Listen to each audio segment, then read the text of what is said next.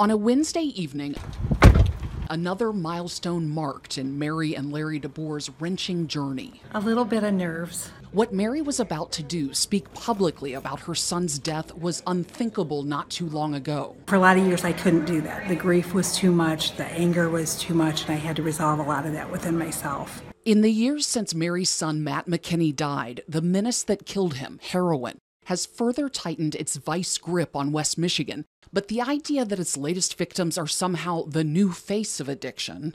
No. We have an epidemic, we have a problem, and it's getting worse. It didn't just happen yesterday. This has been going on for years.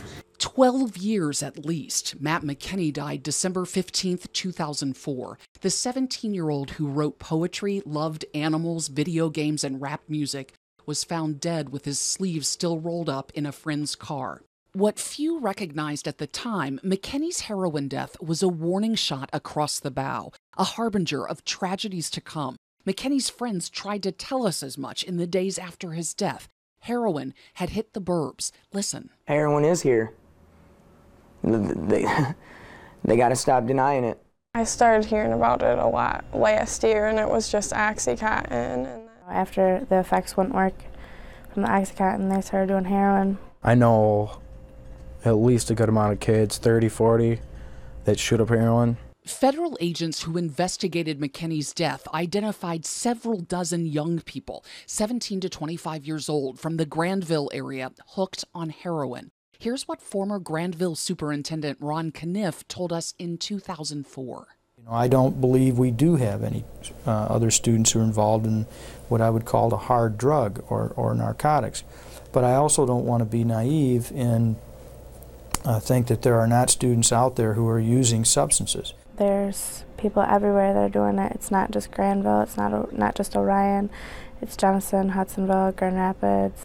Heroin use may have been more widespread than realized at the time, but the DeBoers were all alone.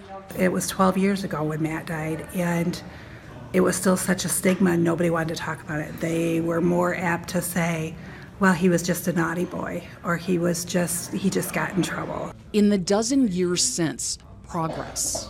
I want to see this group advocating more peer support. There's this newly formed monthly meeting chapter of Families Against Narcotics in Grand Rapids. That program is awesome. It's expanded all over the state. There's the increased availability of overdose reversal drug naloxone, new laws protecting those who call for help in an overdose.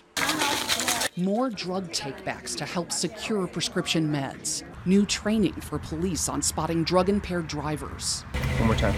More funding for a fight that rages on.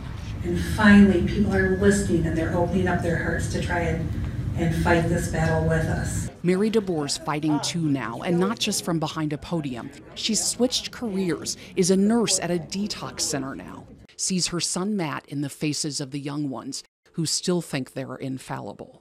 It's almost a pleading. I tell them Matt's story and talk to him, and they stop and they think, and they look at me with tears in their eyes, and I know I've planted that seed, and that's what this is about. In Kent County, I'm Target 8 investigator Susan Samples.